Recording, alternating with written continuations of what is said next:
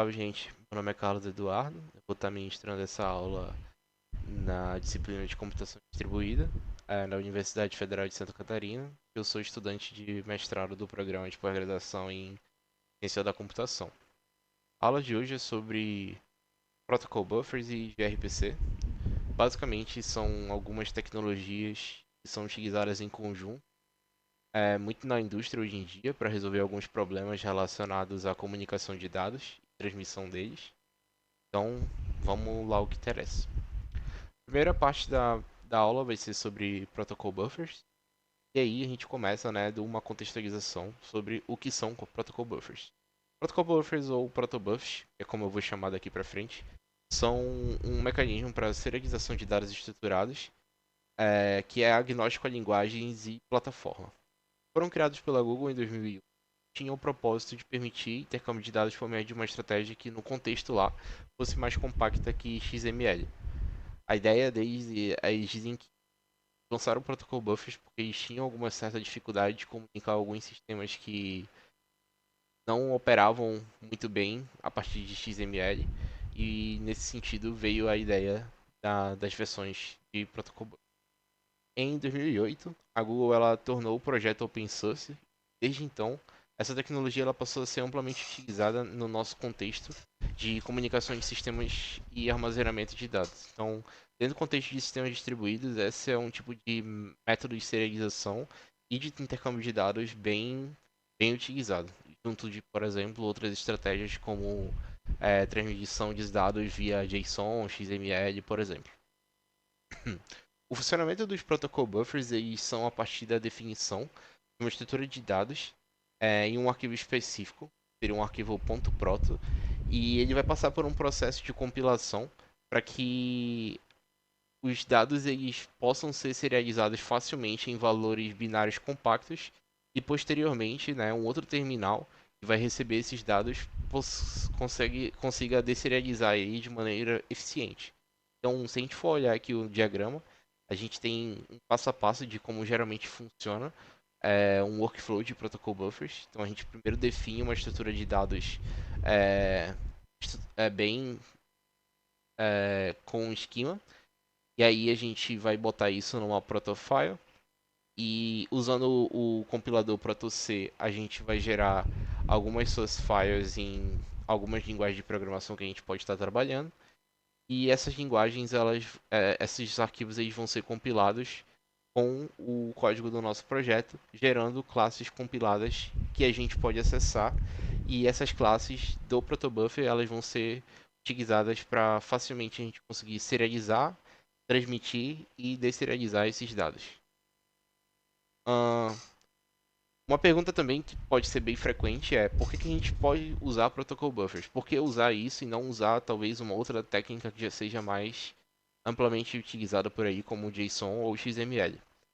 No caso, dado o caráter de serialização dos protobuffers, eles acabam sendo uma alternativa a padrões de comunicação de dados que são mais verbosos e estruturados, como o JSON ou o XML, justamente porque esses dados, o JSON e o XML, eles implementam, né, um overhead relacionado ao processamento dos dados. Então, em geral, esses dados eles mandam muitas informações que, para o funcionamento dos protocol buffers, acaba sendo desnecessário. A premissa disso é, dado que tipo, eu tenho uma comunicação entre cliente e servidor, e eu sei que ambos os lados aí já sabem qual vai ser a estrutura de comunicação, a estrutura de dados que vai ser transmitida, não é necessário que, por exemplo, algumas informações redundantes, como por exemplo o nome de algum parâmetro, ou talvez até alguns parâmetros de cabeçalhos, eles sejam enviados diretamente para o cliente. Então, nessa imagem aqui, a gente tem, por exemplo, um exemplo de como é que é contrato de uma message chamado de animal, em que essa message ela tem alguns parâmetros, name, legs e hashtail, que são alguns tipos de dados aqui. Pode ver isso aqui como, por exemplo, uma struct básica, assim. E aí, quando a gente vai ver essa mesma struct depois do processo de serialização via protobuf, a gente vê que isso tudo se transforma somente num array de bytes que tem as mesmas informações a partir somente de bytes que vão identificar, né, onde cada elemento desse está tá estabelecido. E aí isso acaba sendo muito mais performático do que um JSON teria talvez um formato dessa struct e levaria muitas outras informações redundantes para o outro lado de comunicação. Então, sintetizando aqui algumas vantagens e desvantagens. A principal vantagem dos protobufs, em detrimento de outras estratégias, são a eficiência, em termos tanto de tempo de processamento quanto de memória. Também a organização estruturada de dados, como por exemplo, acaba oferecendo um certo nível de type safety e também prevém, né, tipo, violação de esquema. Os protobufs também eles são backward compatible, seria retrocompatíveis, então em tese, se você estiver evoluindo uma mensagem uma mensagem de um serviço que está operando em protobuf e recompilar ele, mas usar uma versão de cliente que consome aquele serviço baseado numa versão anterior do servidor ou anterior do protocolo em si, isso não é um problema. O protobuf continua operando normalmente. E também o critério de interoperabilidade, né? Basicamente a gente viu aqui que o tipo de comunicação ele também não depende muito da linguagem de programação especificamente dita. E ela tipo pode ser utilizado para comunicar, por exemplo, um servidor em JavaScript com um cliente em Python ou em qualquer outro tipo de linguagem que seja. Nesse sentido, protobufs também tem algumas desvantagens. A principal desvantagem talvez seja a inflexibilidade. Dependendo do tipo de projeto que se está rodando, os protobufs eles estabelecem, né, type safety e eles não fazem com que exista uma violação de esquema que possa ser muito facilmente quebrada. Então, isso talvez possa ser visto como uma desvantagem no projeto. Os dados que vão ser transmitidos, eles são dados serializados, então eles são dados que não são facilmente legíveis por humanos, o que faz com que a gente tenha uma certa dificuldade de debugar projetos que utilizam protobufs em algum nível.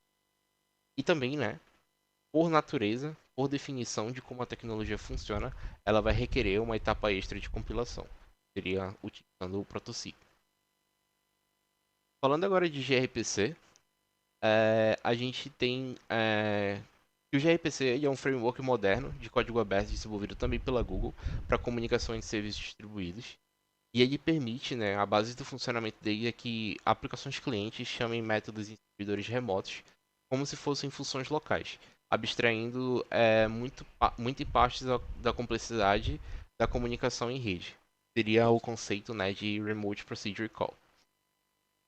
O gRPC ele tem um funcionamento e é construído sobre três pilares fundamentais.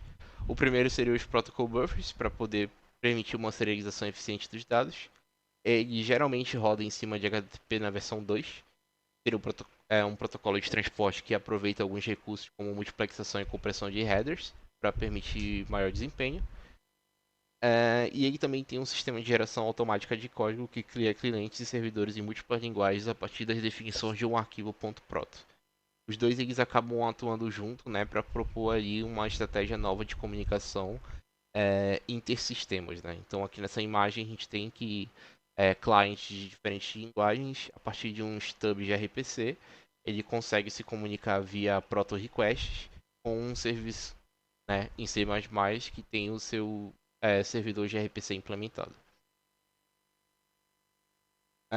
De maneira geral, a gente ouve muito falar de REST, então acho que talvez o principal método de comunicação que é concorrente ao gRPC é esse padrão, e isso acaba levantando muitas discussões acerca de qual método seria o mais adequado para utilizar na concepção de sistema. Normalmente, não, como não existe bala de prata, a gente tem que a resposta ela depende diretamente das propriedades de cada método. Enquanto o gRPC vai ter um foco em desempenho e rigor na estruturação de modelos, desenvolver com REST em geral tem uma curva menor de aprendizagem e também permite uma flexibilidade maior do que se fazer com um sistema. Falando sobre isso, né, uma aplicação com alta flexibilização na transmissão dos dados, ela pode ter problemas ao ser feita com gRPC ou requerer uma nova compilação da estrutura a cada nova alteração. Isso é um fato. E, em geral, por conta disso, utiliza-se gRPC em aplicações onde a performance ela é crítica e tem padrões de dados muito bem estabelecidos e mudanças conseguem ser facilmente coordenadas entre as partes que estão se comunicando. A partir disso, então, a gente chega na nossa parte prática. A gente tem 4 práticas que foram propostas por mim, que a gente vai fazer aqui. Eu vou ler todas elas e depois a gente vai botar a mão na massa. Mas a ideia é que a gente consiga não somente ver como funciona o gRPC e os protocol buffers, mas também, atestar algumas propriedades que foram faladas, como interoperabilidade, retrocompatibilidade, o fato de que um protobuf em geral ele tende a ser mais performático do que uma comunicação em JSON. Então, tudo isso a gente vai estar tentando testar a partir das práticas. A primeira prática é a Say Hello, que é implementar um exemplo mais simples possível. Seria um serviço Say Hello que recebe um nome e retorna olá e o nome da pessoa, ou o nome de que vai estar nesse serviço aqui, na request para esse serviço aqui. E a ideia é definir um arquivo .proto, gerar o código, implementar um servidor e um cliente simplificado, executar e ver a chamada remota funcionando. E caso quem estiver vendo o vídeo quiser um desafio, tentar modificar esse tipo de chamada para adicionar streaming e ter a possibilidade de ter várias saudações seguidas. Em seguida, a prática 2 é Say Hello, só que com outra linguagem. Então, partindo da prática 1, a prática 2 ela basicamente seria implementar uma outra versão do cliente ou do servidor em uma linguagem diferente da primeira utilizada e conseguir o mesmo resultado.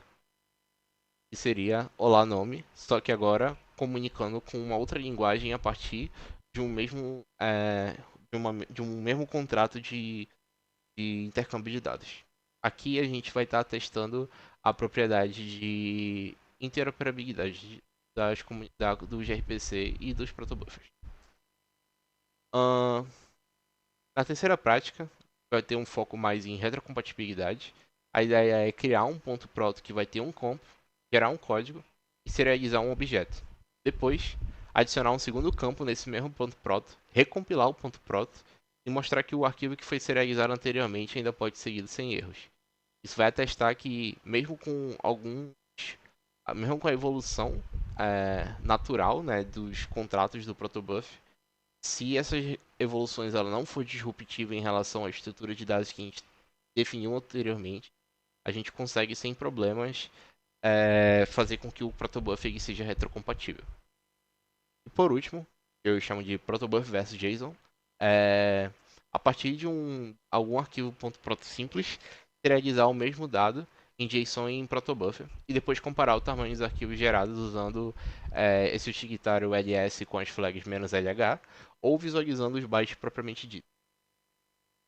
Bom, então aqui a gente está no nosso editor de texto, o VS Code. Eu criei uma pasta protobufs para ser a nossa pasta relacionada às atividades do projeto.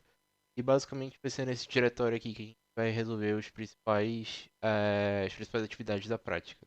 Tá? A primeira atividade, ela pede para a gente fazer uma comunicação simples entre o cliente e o servidor a partir de um hello, né? É uma função sayHello que vai implementar ali um hello world ou hello parâmetro name que a gente vai estar passando entre cliente e servidor. Então, vamos lá, né? Primeiro, para organizar aqui, eu vou criar um diretório protos, vão ficar nossos arquivos protos. Vou criar aqui então o nosso hello.proto. Aí aqui no VS Code já tem aqui meu arquivo criado. E aí eu vou definir, né, a estrutura básica de um arquivo protobuf. Estabelecer aqui o indicador da síntese dele. Tá aqui proto 3. Estabelecer o nome do meu pacote, que vai ser hello. E aí aqui eu vou criar um serviço simples, que eu vou chamar de greeter. Seria o nosso serviço que vai estabelecer uma RPC. E vai ser a RPC Say Hello que a gente pediu ali no exercício. Então, faço aqui Say Hello. Aí aqui no meu argumento eu vou passar uma Hello Request. E vou dizer, né, que o meu Say Hello ele retorna uma Hello abre e fecha aqui, estabelecer normalmente. E aí, falta a gente estabelecer, né, o que que essas mensagens, hello request e hello response, para a gente poder é, definir completamente o que a nossa RPC ser hello vai fazer, né? Então, defino aqui uma message hello request. Essa message vai ser sim. Então, vou botar aqui só que eu vou passar um nome. E a minha message hello response, ela vai ser o que que vai ser retornado, né? Depois que eu executar a minha chamada remota procedimento. Então, vou botar uma string também message, né? Seria a mensagem que eu vou exibir lá, que seria hello world, hello, o nome da pessoa que vai estar passando. Beleza. Então, salvei aqui. Agora eu vou precisar criar um cliente e um servidor, né? Sem perda de generalidade, eu vou utilizar JavaScript para criar uma estratégia simples de cliente e servidor no primeiro momento. Depois eu vou expandir para outra linguagem. Mas aí eu vou criar aqui um diretório. Esse diretório JavaScript vai estar aqui. E aí eu vou usar algumas coisas do Node.js. Então, dentro desse diretório que está aqui nesse meu terminal, eu vou dar o npm em -y, que é basicamente uma diretiva do npm, que é um pacote de gerenciamento do Node. Ele basicamente vai iniciar um projeto para mim aqui. Vou passar npm install e alguns pacotes que são recomendados lá da documentação do gRPC para me trabalhar, né, num contexto de cliente-servidor para uma aplicação aqui que faz a comunicação em gRPC. Então esses pacotes são oficiais lá da documentação. Eu só vou estar passando aqui na diretiva install para ele instalar dentro do meu diretório de JavaScript. Boa.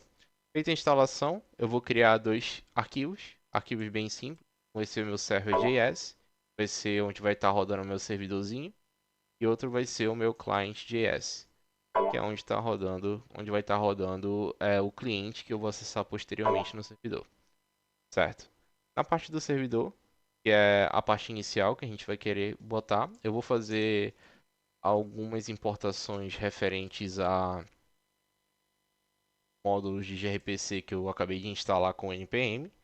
Então aqui é o gRPC JS e aqui é o protoloader para fazer o trabalho com o protobuffer. Eu também vou fazer aqui a instalação, vou importar aqui o path do Node para me poder trabalhar com a lógica de diretórios para eu conseguir acessar esse hello.prot que está de fora aqui do meu diretório. Beleza, então aqui fazendo algumas jogadas rápidas, eu vou criar uma variável só para conseguir acessar meu diretório hello.prot, para que esse meu script dentro do nosso diretório JavaScript consiga ser executado aqui no hello.prot.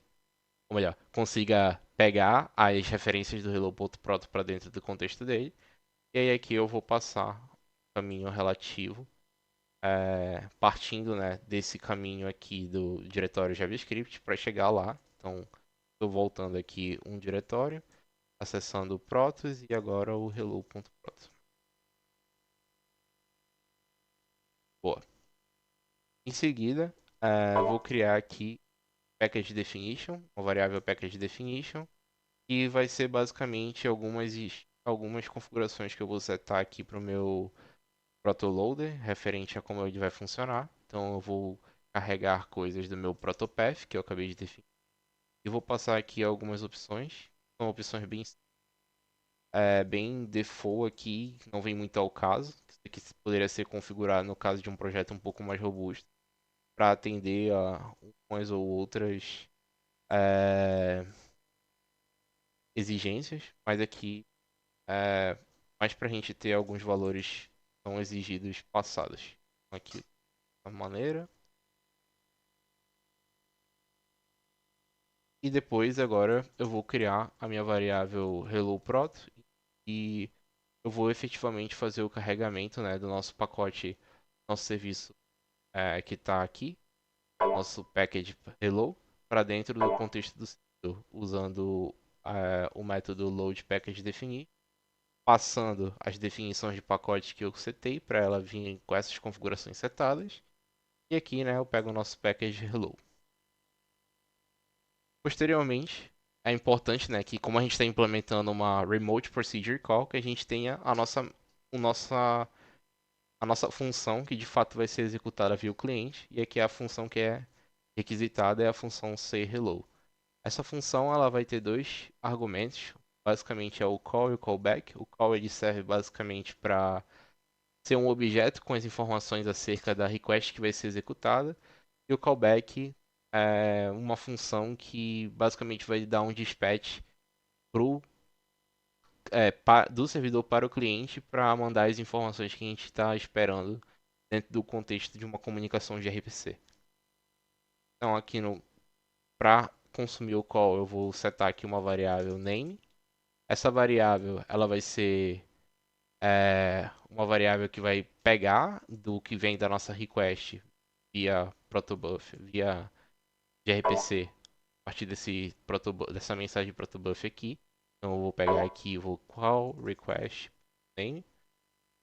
E caso, né, essa variável não chegue aqui, o usuário não passe ela no cliente, a gente vai definir um fallback aqui para ser world. Então, se por um acaso, né, eu tivesse aqui no Hello Proto uma mensagem definida com o parâmetro age. Aqui, no meu call, eu também acessaria como call.request.age para me poder efetivamente fazer o consumo disso aqui, né? E aí eu poderia fazer qualquer processamento do tipo, mas aqui eu estou somente vendo se ela existe e se ela existir eu atribuo ela numa variável, name. Caso não exista, eu só passo o word para name. Então, voltando aqui ao padrão que a gente estava.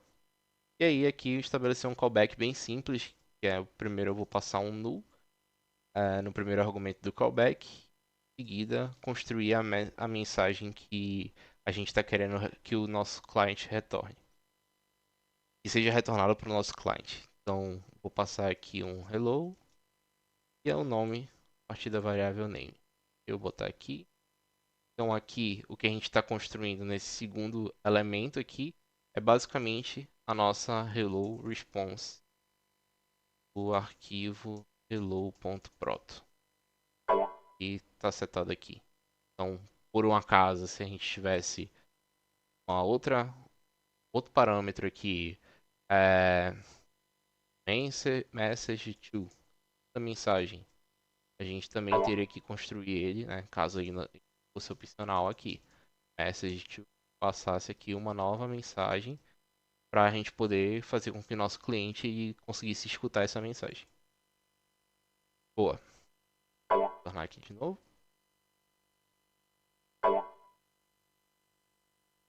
Claro que a gente está nesse ponto, o que vai faltar da gente implementar agora é o nosso servidor. Nossa função main que vai ficar rodando enquanto esse script node for executado. Então a função main ela vai basicamente criar o servidor quando o script rodar. Então vou criar aqui um const server e aí eu vou estabelecer aqui uma chamada, né, de uma instância de um servidor de RPC a partir dessa diretiva new de RPC server.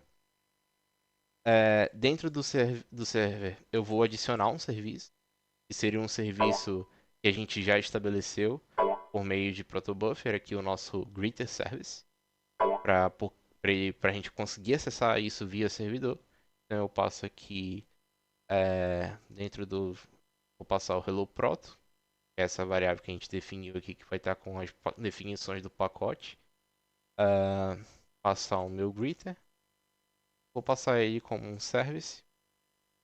E em seguida, né, eu passo o que seria a implementação desse service a partir das diversas remote procedure calls que vai estar definida nesse service. Aqui eu tenho somente uma, que é o meu say hello.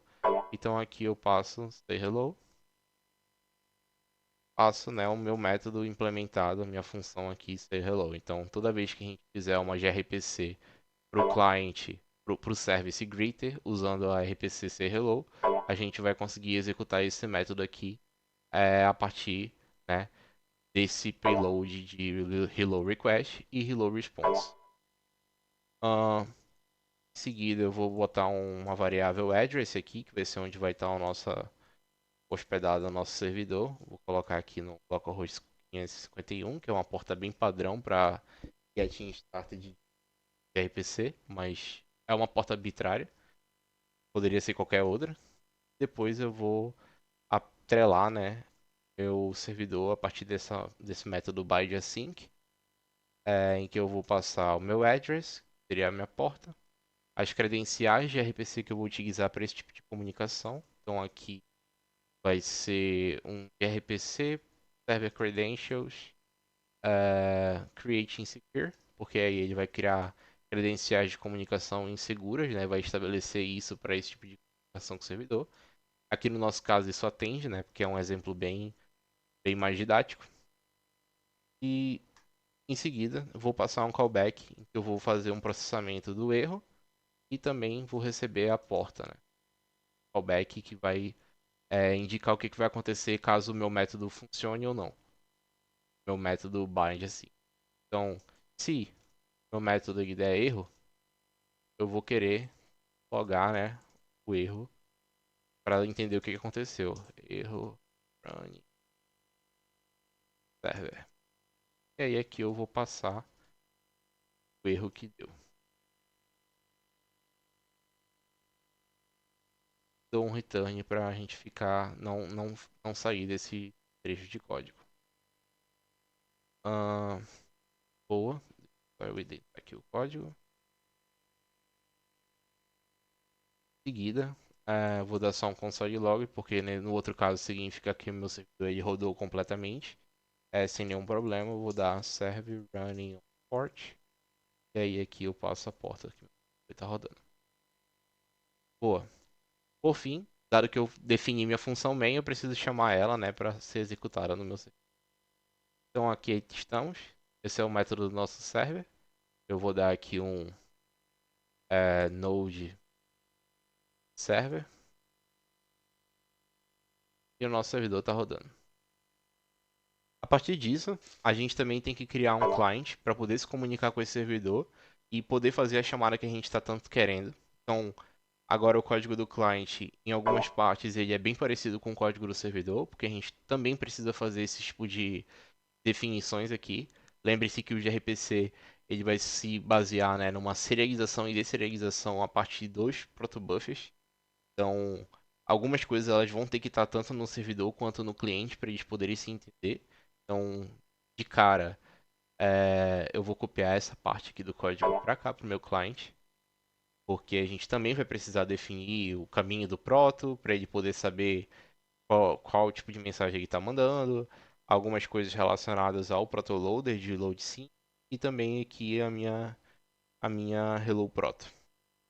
Beleza, então no cliente a gente vai apenas criar uma função main, porque a gente já não vai fazer, né, a chamada do nosso método sayHello, criar um método sayHello aqui. A gente na verdade vai chamar o método sayHello que está lá no nosso server.js. Seria justamente o conceito de chamada de procedimento. E aí, para isso, eu vou estabelecer uma variável client, que nada mais vai ser do que uma instância da classe HelloProto, estabelecendo o serviço greeter, que a gente definiu lá no nosso hello.proto, seria isso aqui. E ela vai estar rodando, né, esse client para esse serviço vai estar rodando na mesma porta localhost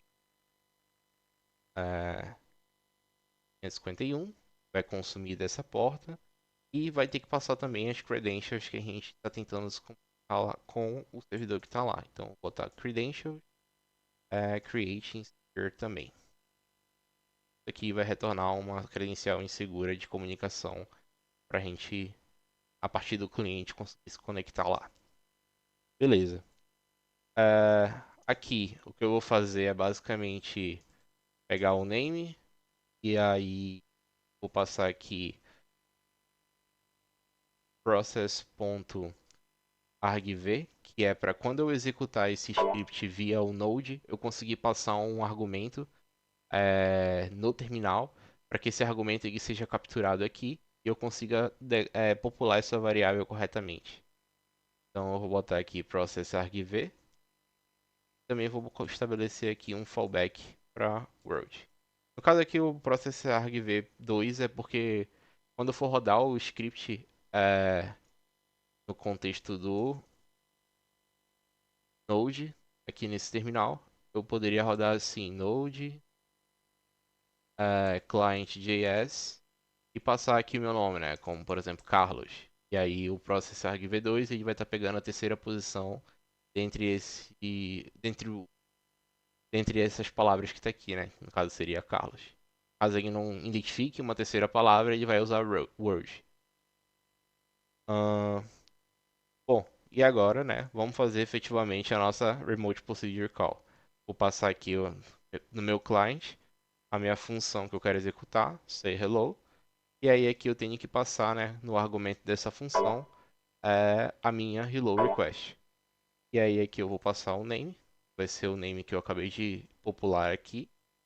Ah, e também callback, seria o callback que vai estar relacionado ao processamento desse tipo de mensagem. Então, se eu tiver algum tipo de erro do lado do meu cliente, eu consigo estabelecer aqui que ocorreu um erro também.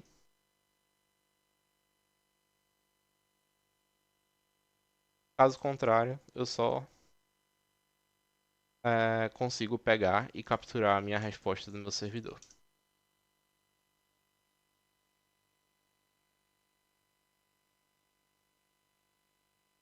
Seria o meu response message. Beleza. Então, por um acaso, meu serviço hello.proto agora tivesse um age aqui, eu deveria passar ele aqui também.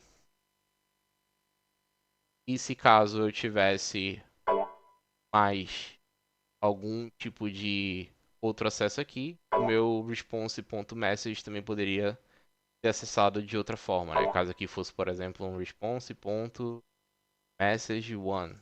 Aí aqui eu conseguiria acessar como response.message1 também. Beleza.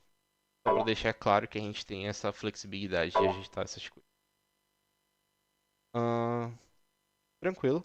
E aí, a partir disso, a gente também roda aqui o nosso método main. E aí, agora é a hora da verdade, né? A gente tem aqui o nosso servidor rodando nessa porta.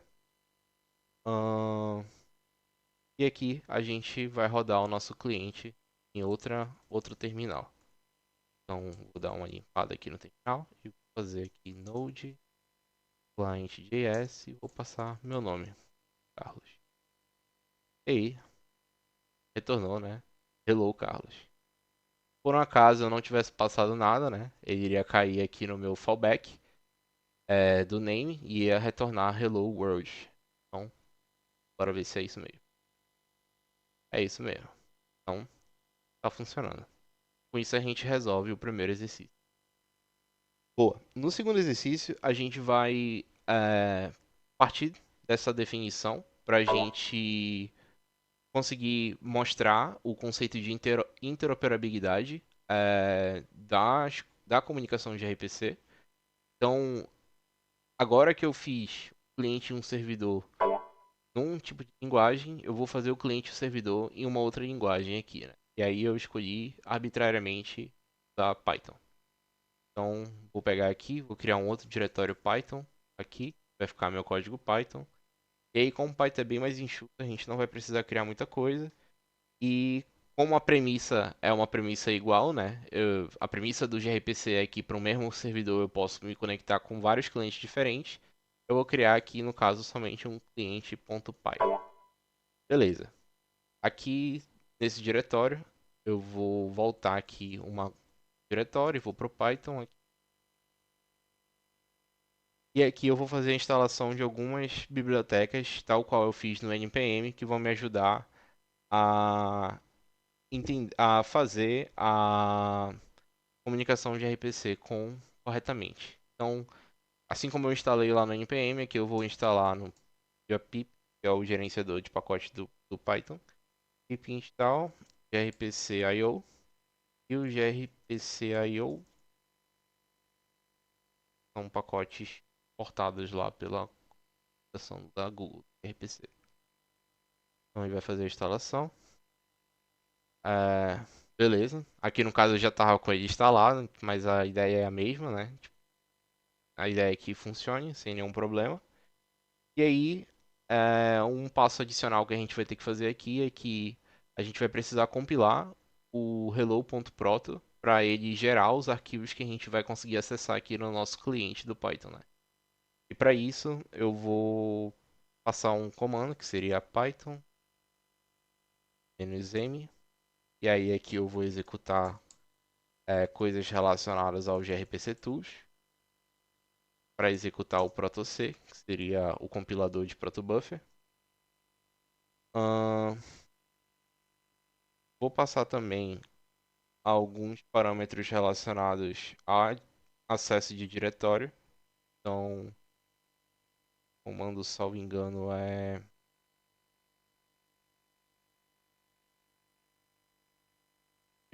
menos protopef.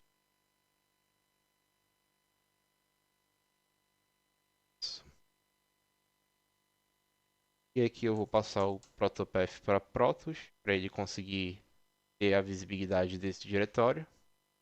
Vou passar também alguns outros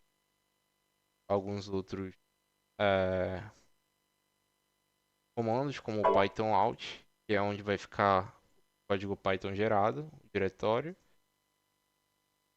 grpc python out, que é onde também vai ficar os métodos de serialização e deserialização gerados, e aí eu botei para esse próprio diretório que eu estou rodando, que no caso é o diretório de Python. E aí aqui, por fim, eu passo o caminho do meu arquivo relativo ao diretório que eu estou. No caso seria hello. E aí ele executa, e aí ele gera aqui os métodos. No caso, esse daqui são métodos gerados, que é para a gente conseguir fazer com que a comunicação e a deserialização de dados para aquele tipo de é, serviço que foi criado seja estabelecido. Então, eu vou utilizar isso aqui no meu código do cliente. Beleza. Ahn, certo. Então, aqui, primeiramente, eu vou importar os dois elementos que eu acabei de criar com o meu Python. Ahn, Vou importar também meu diretório, o meu pacote do gRPC, perdão, e o sys, que é para fazer algumas chamadas para o sistema operacional. E aqui eu defino, né, uma função bem simples também, nos mesmos moldes daquilo que a gente fez no client.js. Aqui vou fazer uma jogada parecida, que é para pegar o argumento do comando que eu vou rodar. Então, se eu tiver esse argumento, eu vou atrelar ele ao meu name, para eu poder passar tal como eu passei no Node lá. Se o argumento for maior que 1. Se não, se eu não passar nenhum argumento, eu também retorno World. E aí, eu passo uma diretiva um pouco diferente, mas também contemplada no Getting Started do gRPC. Vou estabelecer aqui um canal inseguro, que é o equivalente a esse tipo de diretiva aqui, JavaScript. E aí eu passo a porta que eu vou acessar. É aqui. E faço o processamento aqui dentro. Então, aqui vou criar um stub de conexão, que é basicamente aquilo que eu vinha fazendo aqui no caso do client. Eu estou dando um nome diferente. Vou até chamar de client aqui. Eu pego ali o método para chamar dentro do que está aqui no meu hello pb2 de RPC, que é o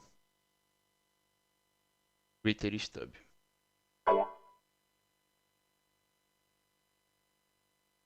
E aí eu passo channel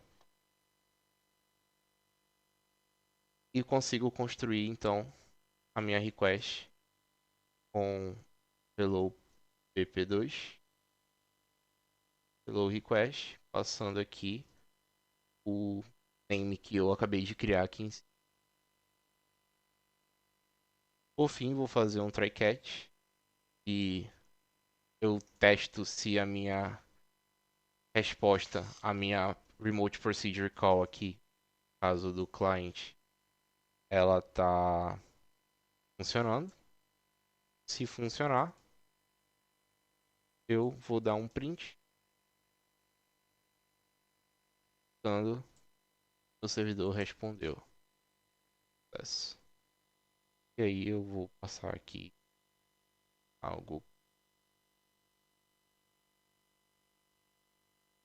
cons message.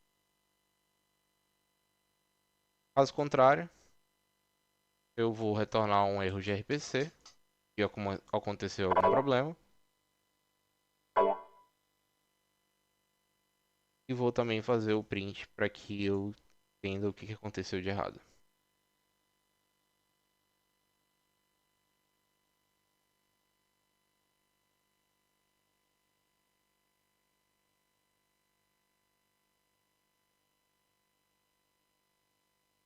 Boa.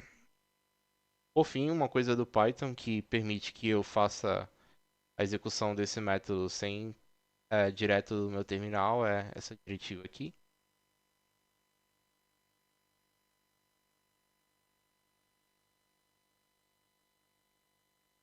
E aqui eu executo o meu método run.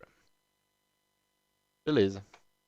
Estabelecido isso aqui, basicamente dá para ver que esse código do Python e do JavaScript aí são código bem parecido e vão ter uma estrutura bem parecida, mas é porque a comunicação é para ser a mesma, né? Ele está utilizando os mesmos princípios aqui para se comunicar. Algumas linguagens são mais verbosas que outras e algumas usam estruturas diferentes para resolver os mesmos problemas, mas é essencialmente a mesma coisa. Então agora eu também posso vir aqui, rodar Python client py e passar meu nome, Carlos. Ó, tá, aqui problema, mas é porque eu cometi typo bem aqui. Argv. Boa. Testar de novo, vou dar um clique. Python client py Carlos. Aí, hello Carlos. Botar Carlos Eduardo.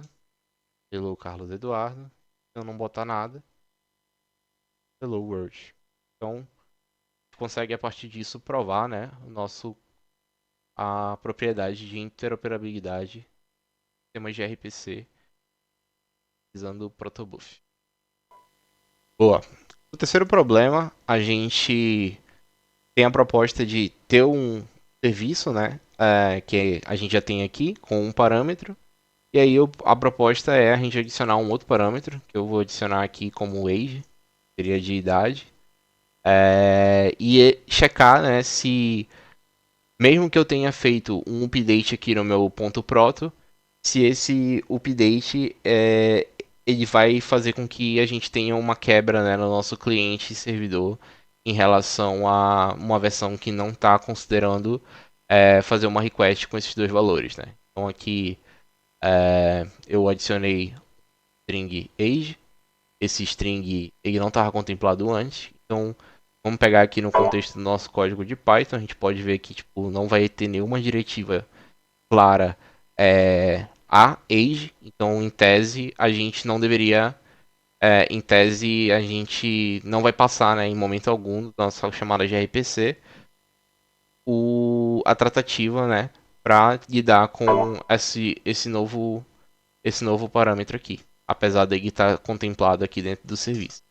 Então eu vou recompilar nosso protobuf recompilado. Ele gerou aqui novas versões. Então agora provavelmente a gente consegue encontrar aqui uma referência a age. Seria um novo elemento que a gente vai estar passando. Mas meu script continua sem nenhuma referência a age, né? E aí aqui eu vou só rodar novamente Python client passando Carlos. E aí funciona normalmente, né? Por um acaso agora eu quiser dar suporte para age, quiser colocar aqui de maneira similar, né? Uma lógica para pegar os argumentos daquilo que eu vou estar rodando no meu terminal, como o número da minha idade ou algo do tipo. É, eu posso passar aqui,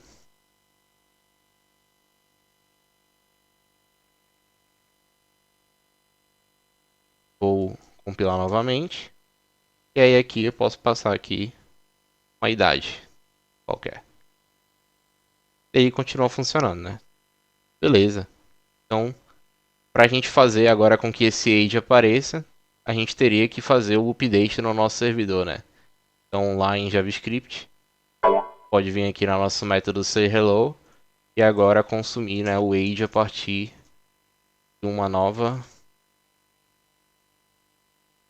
variável da request. E aqui vou colocar your age is, colocar aqui para ele mostrar a idade. Beleza. Vou fechar aqui no terminal do servidor, vou dar um clear, rodar novamente. O servidor está rodando. Aqui do lado do Python, vou compilar novamente o protobuffer. Vou passar aqui.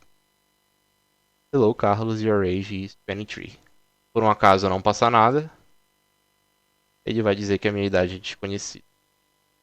Vocês percebem que nesse momento a gente evoluiu o servidor e o cliente em proporções diferentes, mas em momento algum isso quebrou o funcionamento do nossa comunicação via gRPC. Então, essa é uma propriedade muito importante e muito válida para se pensar quando a gente vai estabelecer projetos a partir desse tipo de comunicação entre sistemas. É por isso que gRPC é bem utilizado na indústria quando a gente está buscando soluções em que a gente consiga ir iterando sobre em cima dela, de maneira talvez não tão centralizada.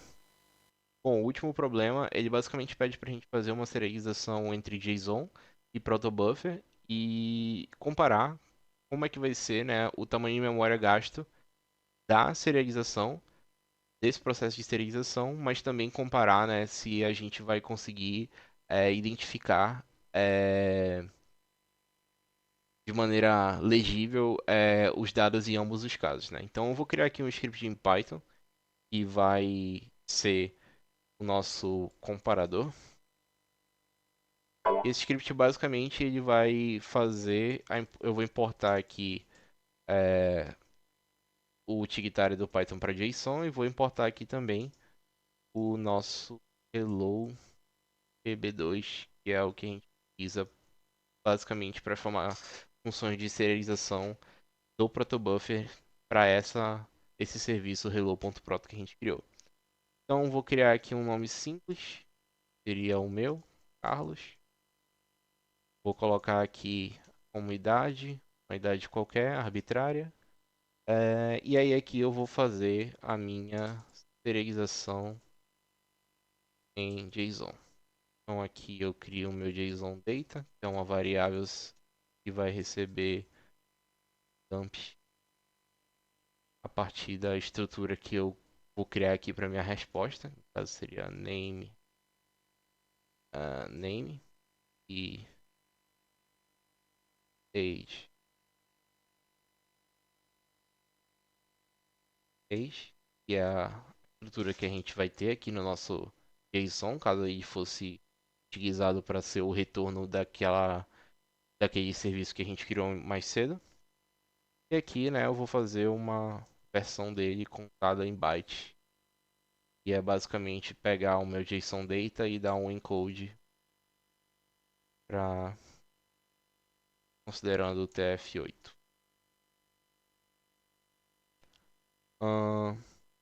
Boa. Então aqui eu vou fazer uma escrita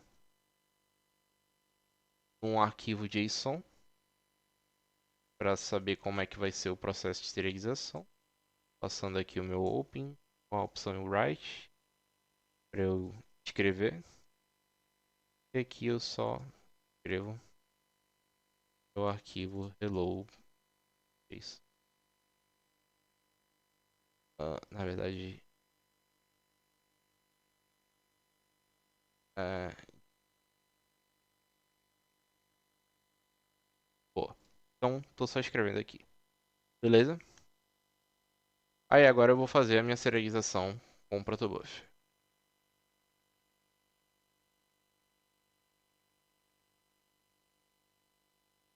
Vai ser basicamente a mesma coisa, só que eu vou chamar aqui de protobuf request. E aí aqui eu vou chamar o meu hello p2b hello request para pegar o documento que a gente estabeleceu para essa mensagem. Ahn, vou botar aqui request.name, setar o nome que estão lá em cima. E o pb request.age, fazer o mesmo com age. E em seguida também rodar para byte. Cria meu pb request, serialize, string. Boa. E aí novamente eu vou fazer uma escrita tal qual essa daqui. Só que agora vai ser num hello.pb. E aqui eu vou passar o meu byte. Boa. Ah, então agora eu vou criar aqui alguns prints de comparação para a gente saber como é que vai ser a diferença de tamanho entre essas duas variáveis, dois processos de serialização. Então, para JSON, vou ter o meu JSON data. Vai ser os dados que vão ser mostrados e vão ser transmitidos pela rede. E o tamanho deles em bytes. E aí aqui é só eu pegar aqui um byte. Byte, pra ficar claro. Aqui também faço. Fazer o mesmo para o protobuf.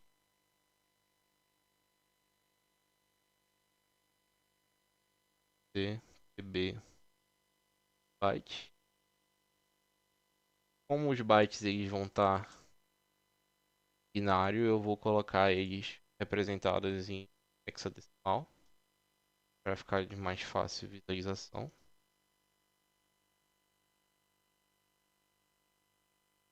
Tem aquele tamanho.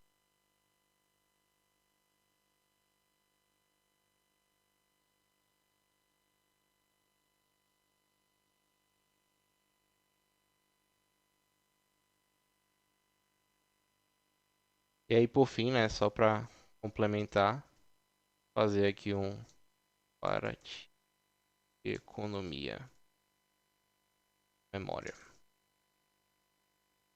E aí aqui eu vou fazer uma diferença da quantidade de bytes de JSON para a quantidade de bytes do nosso protobuf.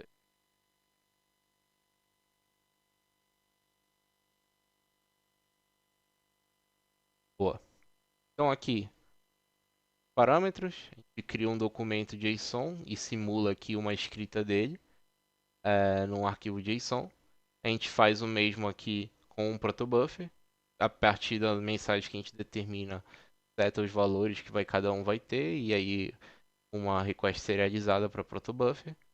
E aí a gente estabelece aqui, né, um comparativo a partir da quantidade dos elementos que vai ter. Então, vou pegar aqui, vou rodar meu script Python,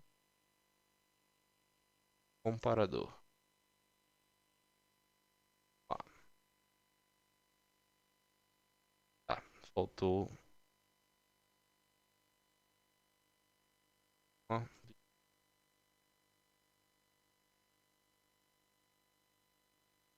ah, faltou um A aqui. JSON data.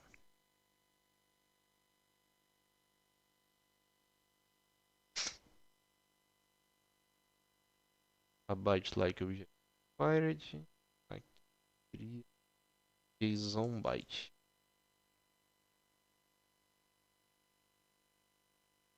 Boa. Então aqui a gente tem a saída do que seria o que vai chegar em cada um dos clientes, caso a gente acessasse via uma comunicação, por exemplo, HTTP com JSON. Então aqui dá para ver que tipo a gente consegue ter uma legibilidade bem grande dos dados, então seria muito mais tranquilo debugar algo como HTTP usando JSON num projeto e no cliente, assim. Só que em compensação ele gera um tamanho bem considerável mesmo para um tipo de dado bem pequeno. Justamente porque ele tem que carregar, né, esses indicadores, esses identificadores aqui durante todos os passos da comunicação. Por outro lado, o protobuf ele vai sair e vai chegar assim no nosso cliente. O cliente programaticamente ele vai entender o que vai estar lá, só que a gente, né, em termos de debug, não vai ter essa visibilidade. Mas ele também, ele tem menos da metade para esse tamanho bem pequeno, de tamanho em bytes alocados do que o JSON. Então a gente tem uma comparativa aqui de economia de memória de 19 bytes. É claro que isso num geral varia, mas dá para dizer que em regras gerais o protobuf ele acaba sendo bem mais eficiente em detrimento da gente talvez não ter uma facilidade no debug das coisas enquanto elas estão funcionando. Essas aqui foram as referências que foram utilizadas dentro do para fazer a aula. Basicamente foi a documentação oficial de Protocol Buffers, a documentação oficial do gRPC. Elas contemplam tudo que basicamente permeia a parte de funcionamento, por que utilizar e tudo mais. Alguns contextos históricos também. Para fazer os projetos, a parte prática, eu utilizei especialmente essas é, dois links aqui. Seria do npm para pegar o package do gRPC para Node e o do PyPy para pegar o package, né, a lib do gRPC.io para Python. E fora isso, fica a sugestão de leitura complementar nesse artigo aqui do Substack que destrincha, né, para além do protobuffer, por que que o gRPC ele acaba sendo bem superior em desempenho do que outras tecnologias que a gente contemplou aqui. No mais é isso. Muito obrigado, viu?